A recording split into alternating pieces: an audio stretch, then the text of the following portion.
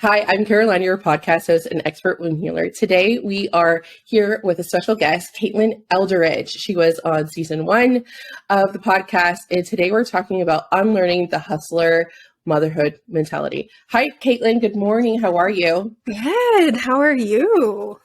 I'm excited to be here with you. I love everything that you do, but mostly I'm so excited to talk to you today because I feel like this topic is life-changing, and you seem to be in the thick of this movement, and I love everything that you have to say. So can you tell people a little bit about yourself, just because maybe some listeners may not have caught season 1? Of course. So my name is Caitlin. I'm a mother of 4, soon to be 5. My husband's in the military doing some transition work. And then I run a small fractional CFO company, which was really founded to help balance the mom and working life in a way that would suit our family. I love that. You also happen to be my CPA. So I'm partial to think that you are one of the greatest humans alive. Okay. So the hustler motherhood mentality, what is that? That can mean a lot of different things, but what do you think it means in broader terms or general terms? Yeah, when I think about it, I think back to if you were to go back to Caitlin 8-10 years ago, I didn't want kids because it looked exhausting from the outside. The parents were working full-time jobs, and then they were running their kids to a bazillion activities. All of their weekends were eaten up with kid times and then a few chores here and there. And there was never, from what I could tell, downtime to just be humans in a family together and enjoy each other. And so that terrified me. And it was one of the big reasons. I was like, we're just not going to have kids. We don't have time for this. It's going to be exhausting. And I don't want to do any of this. So yeah, to me, that's the hustler. And I think, you could go back to generations looking at what possibly has caused this, whether it's guilt from the fact that both parents are working, or it's a desire or culture telling us that our kids have to do all of these things in order to be well-rounded human beings who can secure the best paying job and the best colleges when that time comes. But we've got 4 kids, and so we've really worked on electing out of all of that. I'm in the thick of this with you because we have one. He's 5. He's going to be 6 in December. And we have never done T-ball. We've never done any of the things. And I see my other acquaintances and people in my circle, and they're multiple days a week at soccer practice and things like that. But my kid is such a home buddy that it is a fight to get him to go. We're in swim and taekwondo. Once he's there, it's fine. And he's excelling at those 2 things. And at the end of October, we're going to pull him. And he's not going to be in anything, just based upon the repeated conversations he's having with us. And I can't play anymore. I always have to go somewhere. And that's not true. Literally this weekend, the kid didn't leave the house or the neighborhood. He played outside with his friends. And I think that's what he just needs more of. So swim will be there, taekwondo will be there, and we'll pause till the spring. Luckily, both will let us do that. But the feeling of you have to go and do all of the things is such a societal curse. But why? What's the benefit? Sure, there's something to gain, but what if they, what happened to just letting them be little babies? Right. And it's this pressure almost that you could have the next football star or baseball star or swimming, and those Olympians and those professional sports players, they all got started at the age of 4 and 5. So you have to not only do the activities, but expose them to all these different things. Because what if you're hiding some remarkable human being who's supposed to do this? And we're just not all going to be Olympians. And I think, at least in our house, we very much embraced that. The kids will inevitably show their interest, but we've pulled them when we get practice schedules. And I think we got one for T-ball, and it was going to be 2 nights a week plus a game on Saturday. And we immediately pulled the kids. We're not doing that. It's too late. They're not going to sleep enough. It's going to be too much on their little bodies. Bedtime is so important. Yes, it is. We live and die by bedtime. And that's the other piece. When you start doing the hustle of, we have to, they go to school for 8 hours a day. And then some have to go to aftercare, and then they do their sports, and then we have to sneak dinner in there. And then at some point we have to put them to bed and do this the next day. Bedtime keeps getting pushed. And I think as adults, we're sleep deprived. And by default, we're doing that to our kids right now too. And we're not teaching them to prioritize taking care of themselves. A huge part of that is sleep. They're little bodies who are growing, who need sleep. And so as our family prioritizes a family dinner pretty much every night, except maybe weekends, and that their bedtimes really don't get messed with. I feel the same, that I didn't learn this until I was married. But my husband, he's like, you need to sleep more. You need to sleep more. So much happens when you sleep.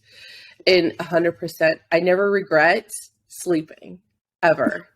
Never. I also feel like a key component, and this might be cutting straight to the core of the issue, the reason why unlearning the hustler motherhood mentality is so critical, I think, is that it's because you're not living your life, or your family's life is not living true to what you want and what they want.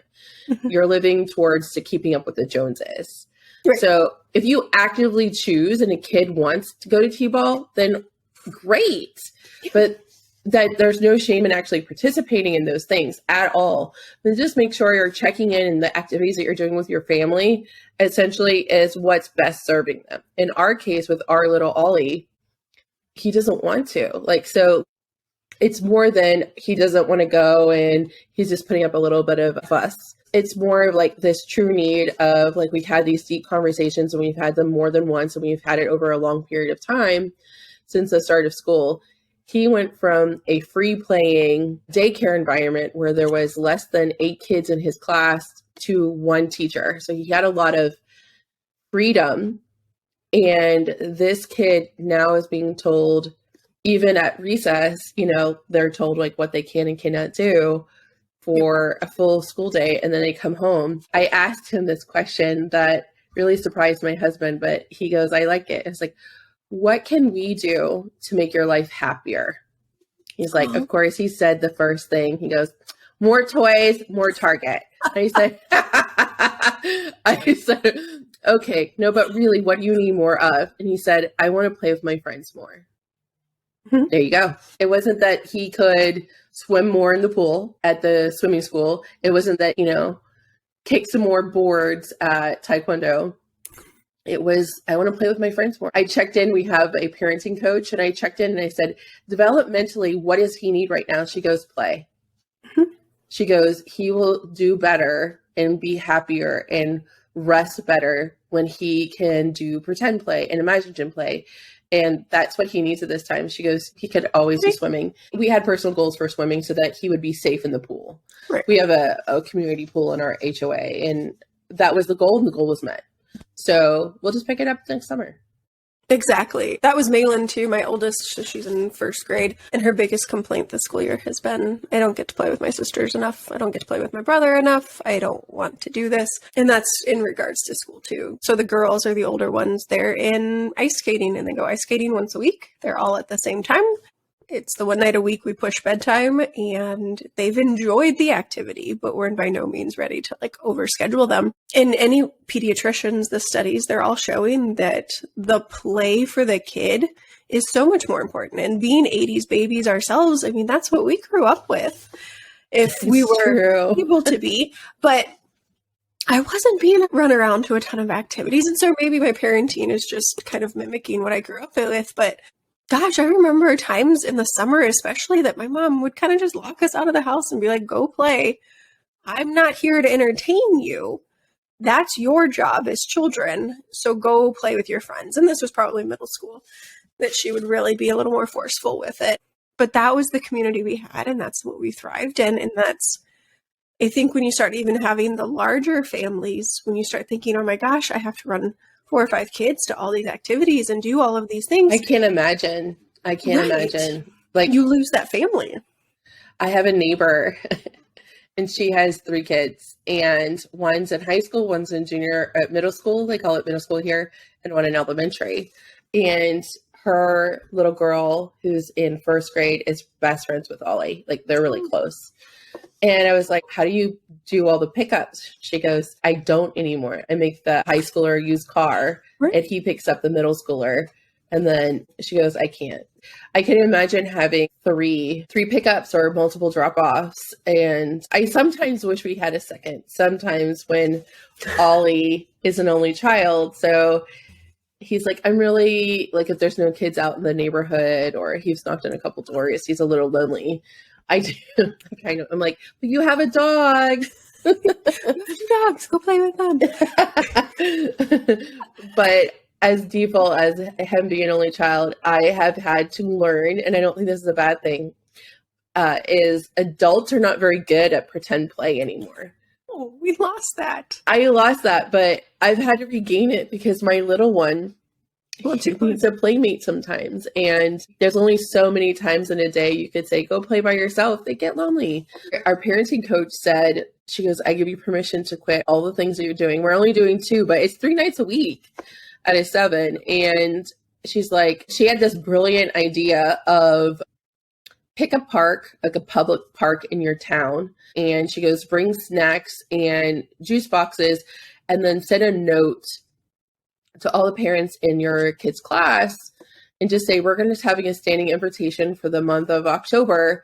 We'll be at X park from this time to this time. Here's my phone number. Whoever comes, great. We'd love to see you. And that's my plan for October. Oh, I like that.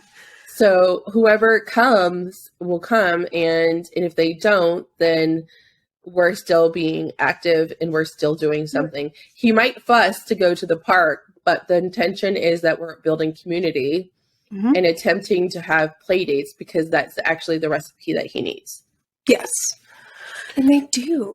We only get them for 18 years. Like, that's the other part of it that I look at. The kids have from 18 and beyond to develop all the hobbies and activities in the world that they want. But I only get 18 years to make them a tight-knit family that will want to come back again. And that's done more being together than not running around. Right, than not. That's done at the family table. That's done when they go outside and play. That's done when we're involved as parents and not just sitting in the stands continually. And again, those are great things, but for our family and our family values, they just don't align. I noticed a shift. I intentionally in the past 2 weeks have slowed down a lot, and I made a point to have dinner, like dinner on the table as soon as they come home, or a meal on the table. And Ollie gets home, he gets picked up about like 3:10 or something. He gets out at 3:06, such a random number time, 3:06. But there's food waiting or is about to be ready like for 3:30 eating. So you technically eat like really big dinner at that time. Ryan comes down, my husband works from home, and we all eat. And my husband asks these very intentional questions. And we never really ate around the dinner table prior to this, and randomly, maybe holidays at Mimi's house. And it's really important to my husband. He wants to sit down. Ollie understands the importance of it. TV's off, or we have like soft nature music in the background. And Ryan will say, what was the best part of your day? And then he'll ask, what was the worst part of your day? And then just the stories. These little people can tell you. Oh, it's amazing. Live for it. Ollie's favorite thing now is, I don't know where he picks up random stuff. I have to have a serious talk with so-and-so. And I was like, what was the talk about? And he goes, her shoes were too fast. I need new shoes. Her shoes are faster than mine. I was like, I don't think shoes have anything to do with it. She doesn't even exercise, and I have to exercise to be faster than her. I was like he goes, yeah, but you get one partner for gym the whole year. I'm stuck with her for I died. And he's like, can you get me new shoes? I was like, no, those shoes were $60 at DSW. Are you kidding me? No. Oh my You goodness. just got them and they light up. No, those things are fast. So those are the fastest shoes I've ever seen in my life. So like, no, kids' stories are something else. Oh, it was the end of summer. It was before school started. And he was holding our neighbor's hand. He was holding the neighbor's hand who's in first grade. And he and he whispered in her ear. And then when he got in the car, he goes, I asked her to marry me. And I was like, say what? So what? And he goes, yeah, I asked her to marry me, but she told me that she has a boyfriend already. And he goes, I'm not going to give up. And I was like, whoa. Like, and then the other time last week, I picked him up and he goes, I saw her in the hallway. And I said, oh, really? And he goes, yeah, I told her we have to have a serious talk about her boyfriend. And I was like, don't tell girls that. That's not nice. It's not how you talk to women. He goes, oh, I told her I was going to give her flowers and chocolates. Can we go to the store now? Like, literally, I was like, if you're going to romance a lady, sure, but don't tell her you're going to have a serious talk. That's not polite to have with a lady. That's not how you speak to women. And he goes, I just told her that I would love her forever. And then I held her hand. And I was like, you said all of that in the hallway? And he goes, Mom, I got it.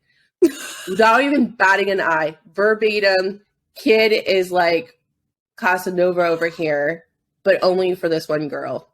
I have to admit, she's the sweetest one at the pool. Kids are so funny. They are. Through all of this, I had an epiphany. So we're talking about unlearning hustler motherhood mentality. And that goes back to deciding and discerning what's important to your family. What does your family daily life look like? Mm-hmm. And honoring your energy and what is important to you and what your values are. So that takes a level of self-awareness. And that may look different than everyone else's. Obviously, like you're saying, we don't do multiple sports. We do bedtime and we do 1 day a week. We're doing ice skating. Mm-hmm. So that will look you might get feedback from other people that might be negative. Yeah. And how does a person handle that? It's hard because this is one area that you'll either find it on social or just in your community. It's so easy to compare yourself and see that, but it's that self-discovery of sorts that I would be a really bad mom if we were doing all of this because I would be exhausted and I wouldn't be showing up and present for my kids. And at the end of the day, that's what is going to stay with them and either create trauma that they have to heal from later or create a life that they can grow in. Because I can't imagine Mom just yelled at us all the time because she was exhausted. Like that sucks. It helps to have a partner who's on the same page. I mean, my husband and I are very similar in how we want to do this. It would be a lot harder if he was like, oh no, the kids need to be in 20 different activities and we need to be running around. And I'm sitting there waving a white flag saying, I can't do this all. We need to stop. And then I'm always open to change. I'm always learning. And at some point I know things will shift. They'll be driving. They'll be able to go do a few more things. And that's fine too. But for now it's what our family wants and needs. And it's knowing my kids too. I've done a lot of work in like the human design and stuff to understand who they are. I spend Love that. Me too. A lot of time watching them. And that's a natural ability that I have because of my human design is to observe and watch and guide. And so if they were at any point not happy with it, we would make adjustments. But I've got 2 kids who are low energy like me, and it would be cruel to them. The other 2 are high energy, but we have tried the organized stuff and they won't participate. So I'm not going to go drag them. Like they'll go, but they won't do anything. Like they'll happily go to the activity. Then they'll sit there. My favorite story, I don't know if you remember this, is that you took the twins, which are the twins Manny Jens? Yes. So people who don't know, in human design, there's 5 different types, and manifesting generators they're one of the high energy types. So they're like the energizer bunnies of the world. They can get forever amount of lists of things done, but they also need breaks in between. Mm-hmm. So the story was that you said was you took them to ballet and they didn't want to participate. So they just sat down. Yep. And watched everyone else. The favorite thing about your children, and every single one of them, they have this independent, I give no F's look.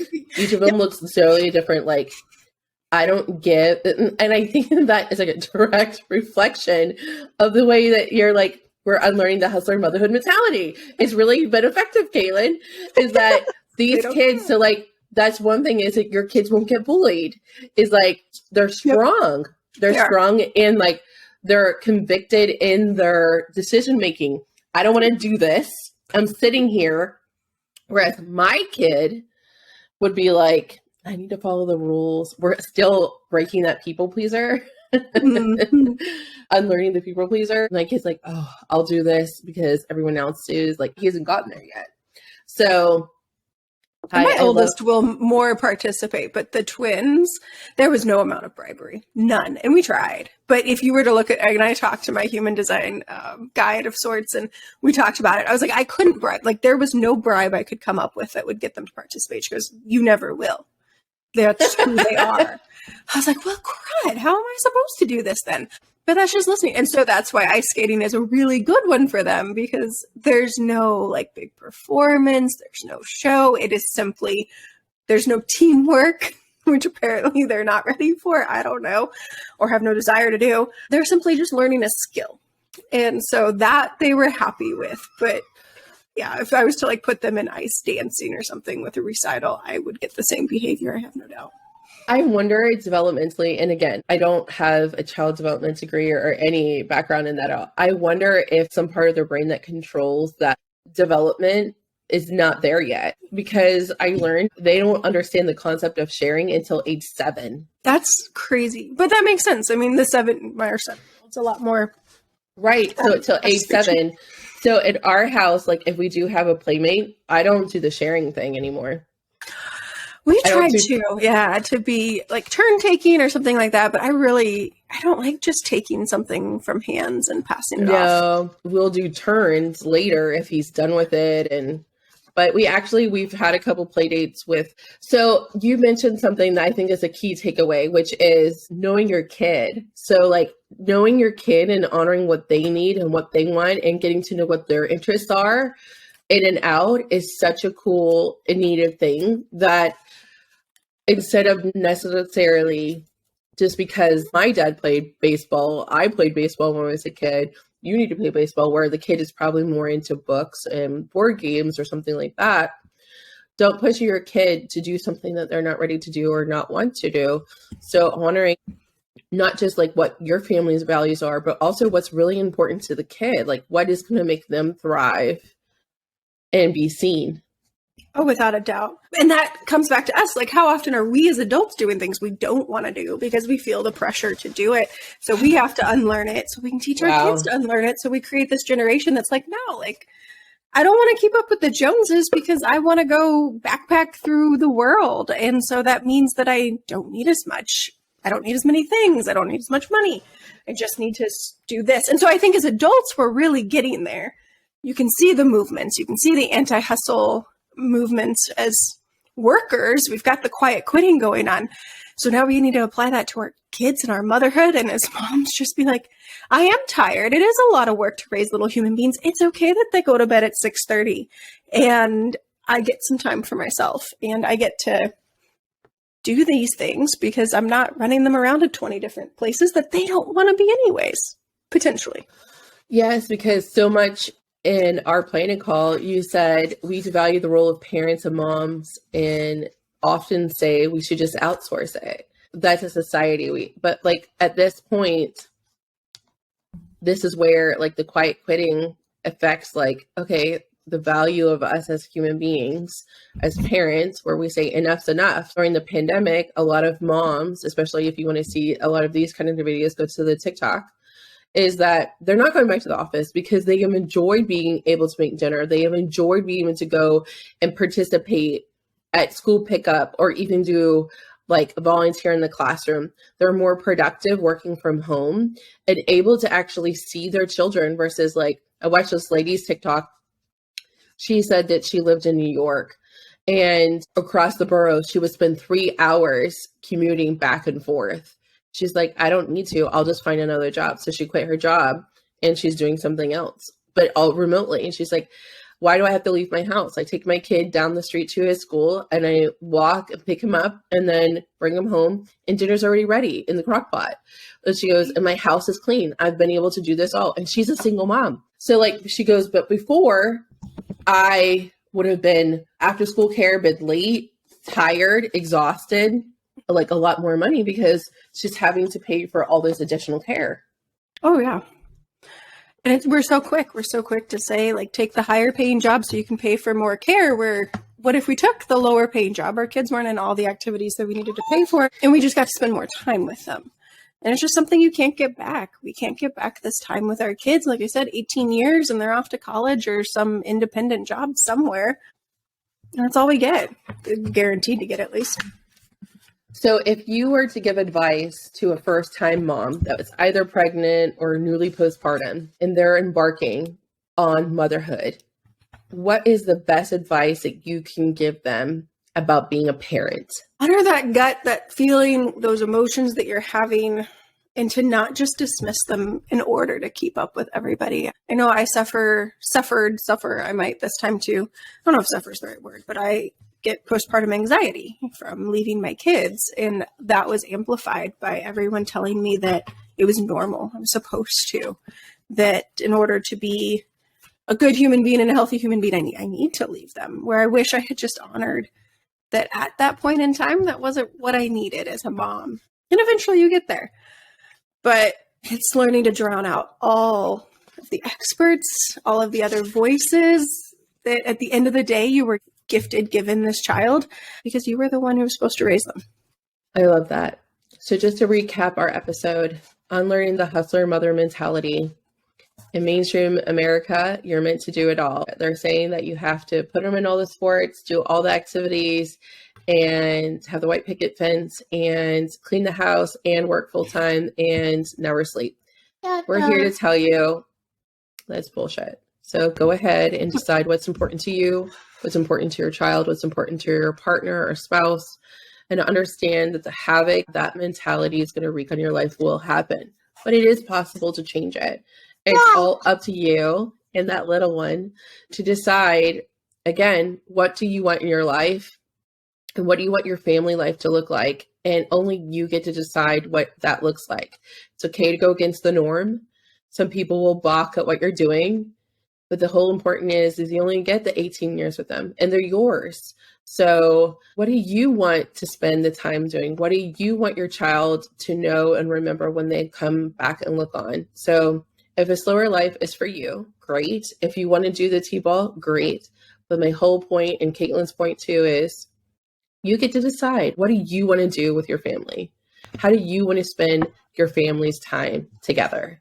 So we wish you the best on your motherhood journey. And we hope that you know that, again, we empower you to just decide what's best for you. Caitlynn, if people want to get in touch with you and learn more about unlearning this mentality and living slower life with intention and motherhood, how can they find you? Yeah, I've got a new Instagram, life_with_Caitlynn.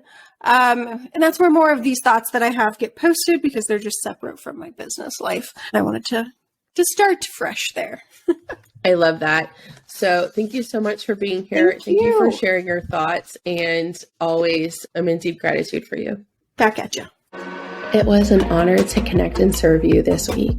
If you're a spiritually curious person wanting to conceive and heal blockages in your fertility, click the link in the episode description to learn more about the Fertility Foundation Collective. This October and November, all new members will be learning how to heal themselves with Reiki to boost their fertility. Make sure to grab your seat. Until next time, my friend, know you're loved.